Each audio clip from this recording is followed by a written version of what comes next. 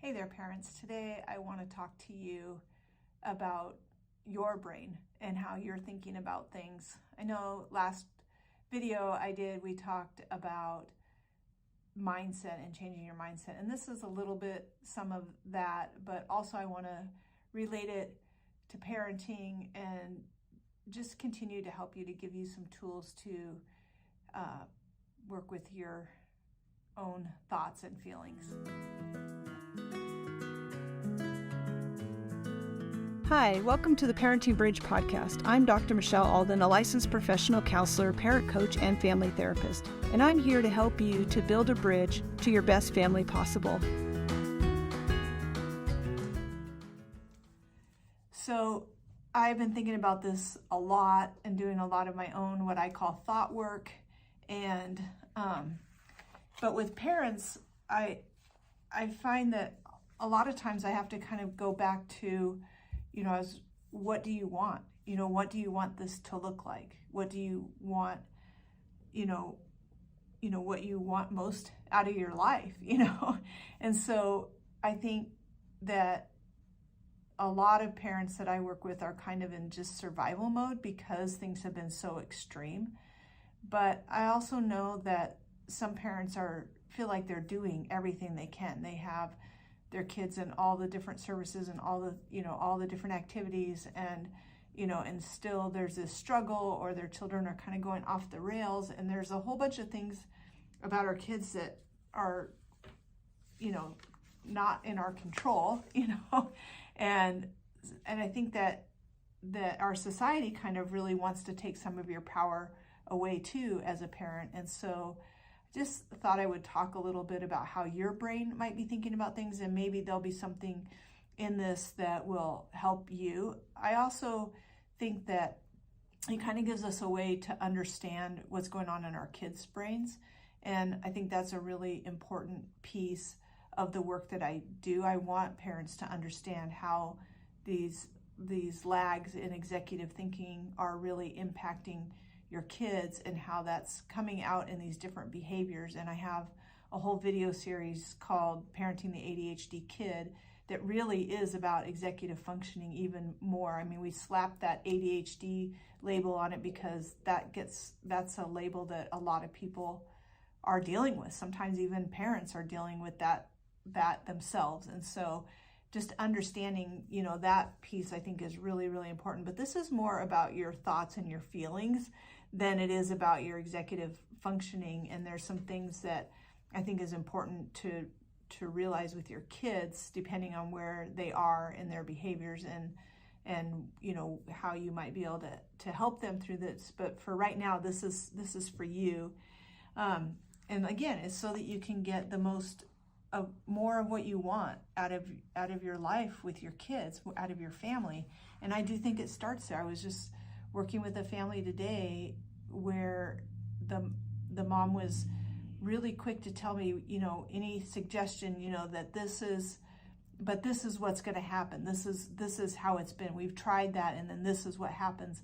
And I think that at one point I just stopped her and said, but what do you want it to be? Like, we're moving towards what we want. And that's going to be a process because we've had some years here of it being this other way. And it doesn't mean that we're going to say this is what we want and then I have a magic wand that can change that. But if you don't even know what you want, do you want your family to be able to be together and be safe and have dinner together? Do you want your family to be able to go in a car together and be safe?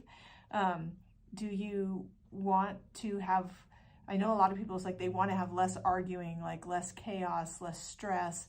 And I just find it really helpful to think about what you do want. And so this is some of the thought work kind of around that too, because our brain's job really is to help us to not die, right? And so if you're in survival mode with your family, then your brain is on constant alert, like don't rock the boat, don't change anything, don't do anything, and maybe it'll keep working, and keep trying different experts, different things like that.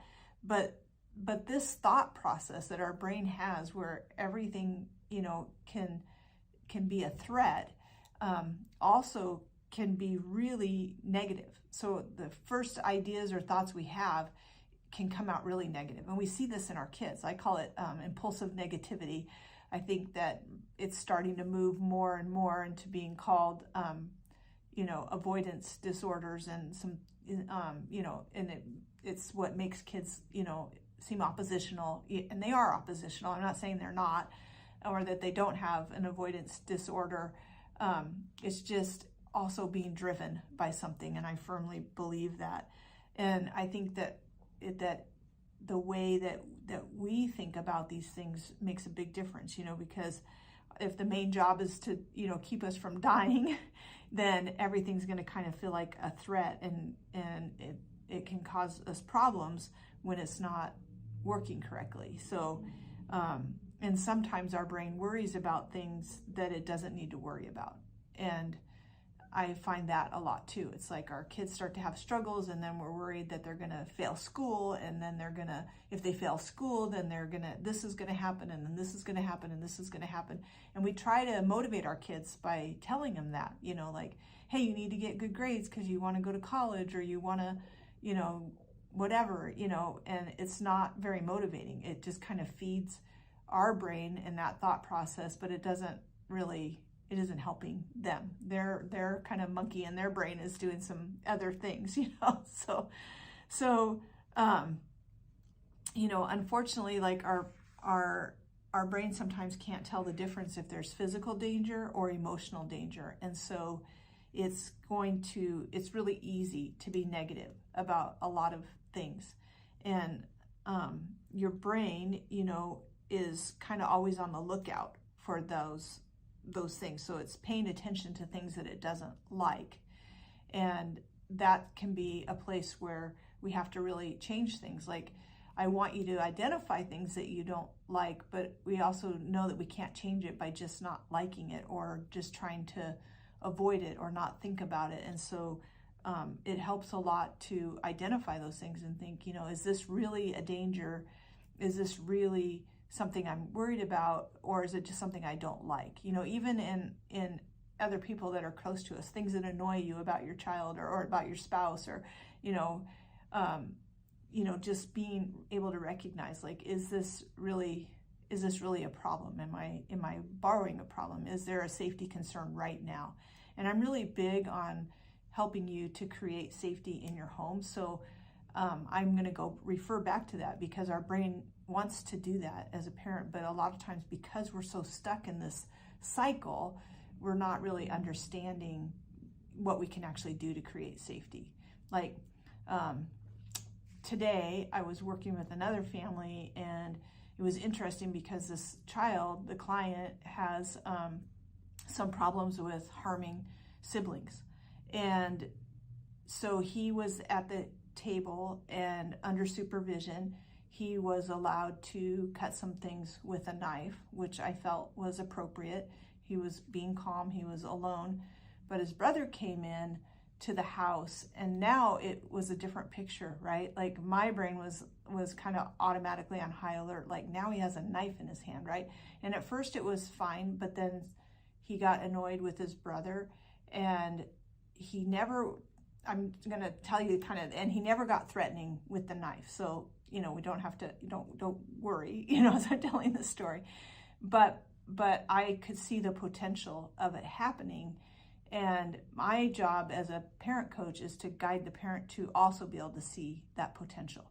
And so the child got up to do something and still had the knife in the hand and had to go past that child. To me, that was the most dangerous point of it. And later the parent asked, like, if I would have intervened at any point in this exchange that happened. It ended up just being name calling, and I think that part of it was handled okay. But this is the point where I would have intervened, maybe stood somewhere where it would have been safer with that child that had the knife, because you just don't know, right?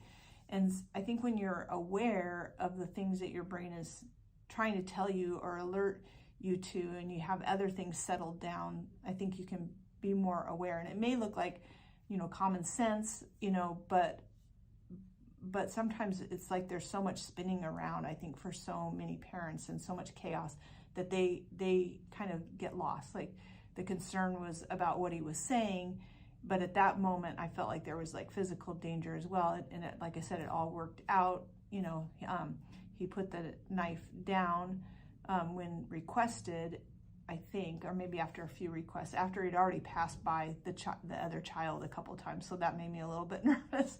And when he set it down, the parent put the knife back into the same reach that it was before. And I think just being aware, I would have recommended that it get put somewhere else, right? Like nothing happened, but we're not going to leave it there for another opportunity for something to happen.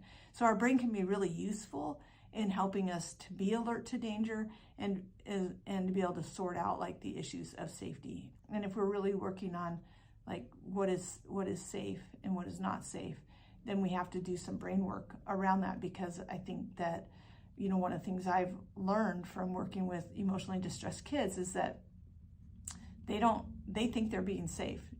I am safe, as they're screaming and pinching and biting and all this kind of stuff. It's like, so we have to be able to recognize that in ourselves and know what to do so that we can help our brain. So instead of just this kind of negative impulsivity. So as our brain's kind of always on that lookout, then we have to realize that the things that we think about is going to determine how we feel, right? So if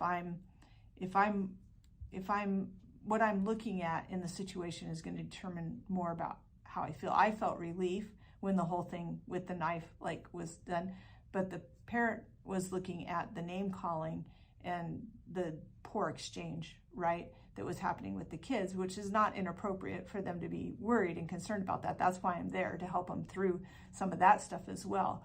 So their feelings from that situation were a lot different. Like there wasn't even awareness really about what my thoughts were about the brain. So our brains were definitely working differently, and that's okay, because they know their kids more than I do of what is going to be good and what's not going to be good. So, or what's going to help and what's not. So, if you, so you can decide. This is where I go to like the thought work. You get to decide to direct your brain to focus more on what it likes and what is good, and on what it doesn't like and what is bad. If you want to, you get to decide that. You can't decide that for your child, right? Like we can't do this brain work for anybody else, but we get to decide ourselves, and we can take control of our thoughts and our brain. So, I am faced with that all the time, right? Like things are coming at us, ideas, thoughts.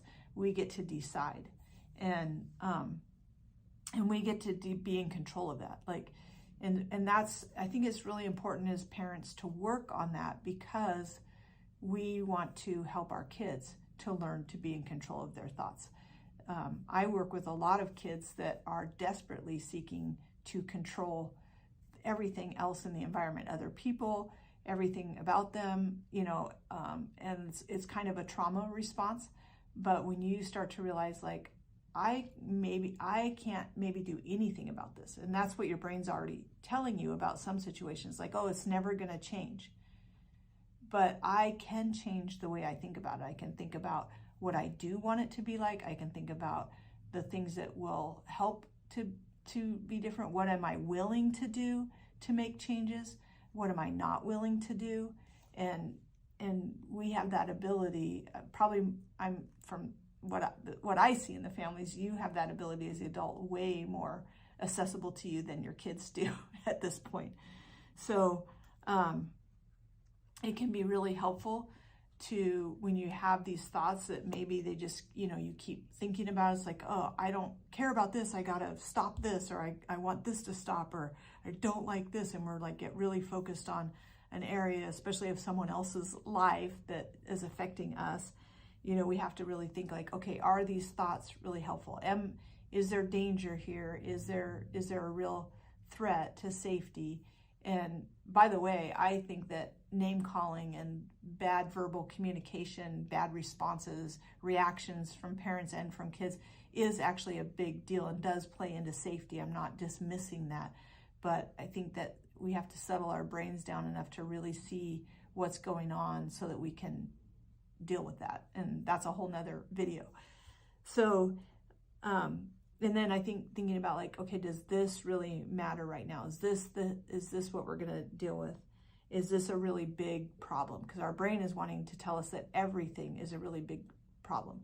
And we may find ourselves reacting to everything with the same amount or other reactions that aren't as big a deal. I've seen people have huge reactions to a child like jumping ahead and taking their turn when they're not supposed to in a game, versus not having hardly any reaction at all to, the knife thing, And so it's just interesting to like really start to get control of your thoughts, because then you start to have control of your actions and your reactions and your responses. So is there something else that I could think about this that would make me feel better, is also another thing. So for example, when I was working with the family that was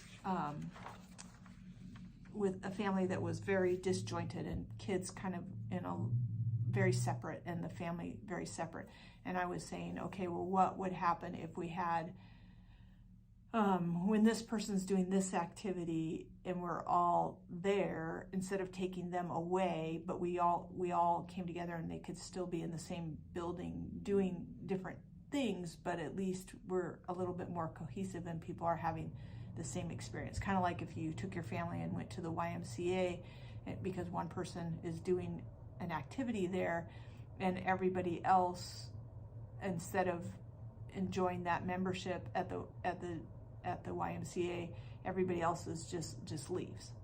And then we start focusing on all the problems. Well, because they do this or they do that, or this is what's going to happen, it's going to be a disaster. And it's like, but what do you want? Like, what are we moving towards? What would be some more useful thoughts?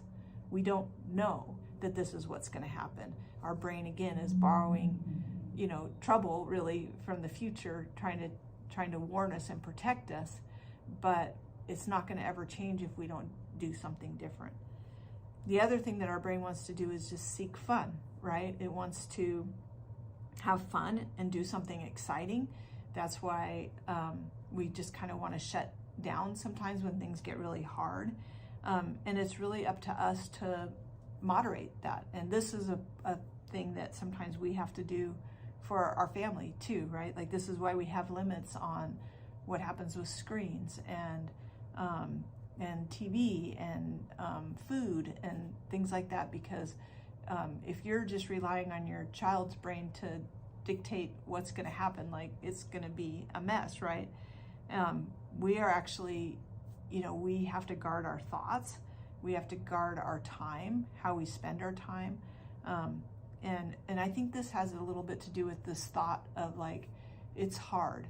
It's so hard. I can't do it because it's so hard. It's just easier, right? Like, our brain's looking for an easier way. But the thing is like, even in the changes that I ask parents to make as a coach, is changes that, in parenting, a coach would definitely say, but also like if you were going to make changes in your exercise or your eating and you wanted to train for something, like, your coach is going to insist that you make changes in these areas. And it's like, is it hard? Yeah, it is, because the training piece of it and the relearning and the doing this is also hard, but so is running a marathon, right? And so is parenting. It's already hard. So let's choose to have thoughts that are going to help us to do the hard thing rather than to avoid it, which is what our brain wants to do. It's like, no, that doesn't sound like fun, to do this. And it's like, yeah, but we're not having fun anyway, right? And I think that's a big piece. I always tell parents, like, so you want your family to be able to be together and have fun, but we're not having fun right now. So if we don't change anything, is it just going to magically change on its own? Not likely, right? And most families have had a lot of years of trying, right, before they finally reach out and have a parent coach to help them. So this is why you as a parents have to set limits. This is why you have structure in your home, because it is all the things that I tell parents to do is to help your child's brain. And what I'm finding more and more is that you as the parents, like, you need this as well. Like, you need to have to parent this way because you may need this structure, and you may need to know how to have positive interactions and to not let your brain just run off and react and things like that. And that's, I mean, who doesn't, right? Like, in all of our relationships, we're learning and growing and needing to make those changes. And it's okay. If, of course, this is where we are, right?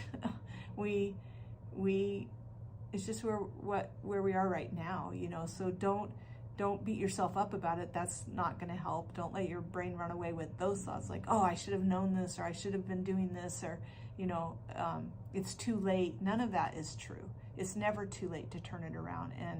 And this a lot of this thought work, even from myself, like, is come in different areas of my life that I didn't know the first 50 something years of my life, that I am learning now, and it's helping me tremendously to live a happier life, even with people. I don't have to go get away from everybody to do that. It's like I feel like it makes everybody else happier too, because I'm not trying to control their thoughts. I'm dealing with what's in front of me and working on my thoughts and I think when we realize that our feelings, while they may seem big and out of control, are driven by our thoughts. So we have to take charge of the things that we can. And this is so different than just saying, okay, I'm not going to think about that. That's negative. I'm not going to think about it.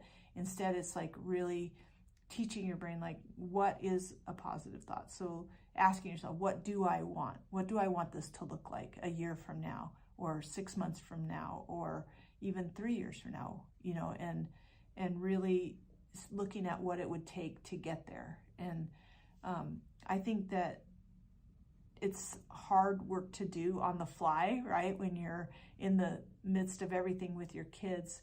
So it is definitely work that you have to do kind of, as you're processing other things, as you're making changes, you need that so that you can get to where you want to be. And you've heard me talk about this a lot, but I really think that having a coach to help you with that, when anytime you're making changes in your life or wanting to accomplish something or get goals, is huge. So if you want more coaching on it, or you want coaching about, like, yeah, but what about this situation? And the kid always does this, you're going to want to join our Playroom, because it is really dynamic. And we talk through situations as they're happening, and it can be, well, maybe not right as they're happening, not quite the same as when I'm in the home. So I don't, but as they've happened recently, like, this is what happened this week, or this is what's coming up.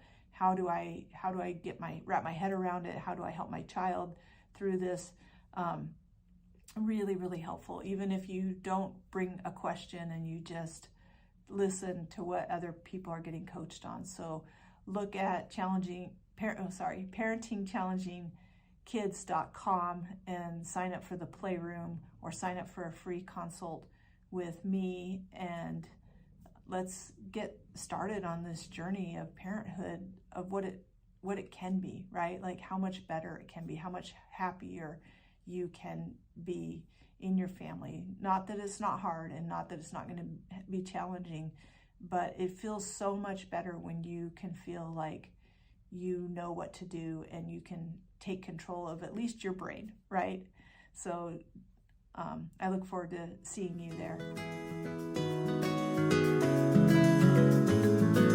Thanks for listening to The Parenting Bridge. Do you want to learn more about building a bridge to better behaviors? Pick up a copy of Dr. Michelle Alden's new book, Parenting Emotionally Distressed Kids. Or, for more resources, you can click on the link for Healthy Foundations. If you would like to leave a comment or a question for Dr. Alden, there's a link in the notes. We'll see you next time, and remember, things can always get better.